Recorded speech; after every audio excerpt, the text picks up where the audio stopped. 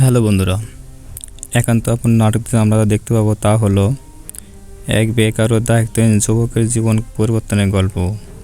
সারাদিন বন্ধুদের সঙ্গে ঘুরে বেড়ানো আর পরিবারের উপর নির্ভর করে তার দিন কাটে। একদিন এক কল সেন্টার থেকে রিচার্জ সংক্রান্ত ফোন আসে। সেই ফোনের মাধ্যমে তার পরিচয় হয় তুইনা নামের এক পরিশ্রমী সংগ্রামী মেয়ের সঙ্গে। তুইনা ছোট চাকরি করে নিজের অসুস্থ বাবার চিকিৎসা ও সংসারের সমস্ত খরচ চালায়। তার জীবনের সংগ্রাম ও বাস্তব কথাগুলো যুবকটি গভীরভাবে নাড়া দেয়।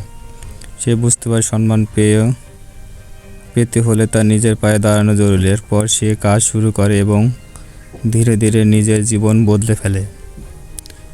প্রতিদিন ফোনে কথা বলতে ওদের দুজনের মধ্যে এক গভীর সম্পর্ক গড়ে ওঠে, কিন্তু তাদের সুখ বেশি দিন স্থায়িত্ব হয় না। অফিসের ব্যক্তিগত সম্পর্কের কারণে তুইনার চাকরি চলে যায়। অন্যদিকে দুই পরিবারের পক্ষ থেকে তাদের জন্য আলাদা আলাদাভাবে বিয়ের ব্যবস্থা করা হয়।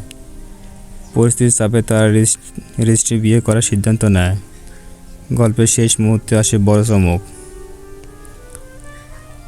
তারা জানতে পারে পরিবারের পছন্দ করা পাত্রপাত্রী আসলে তাদেরকেই সিলেক্ট করা হয়। এতদিন যাকে ভালোবেসে এসেছে পরিবারের সিদ্ধান্ত সেই মানুষটিই ছিল।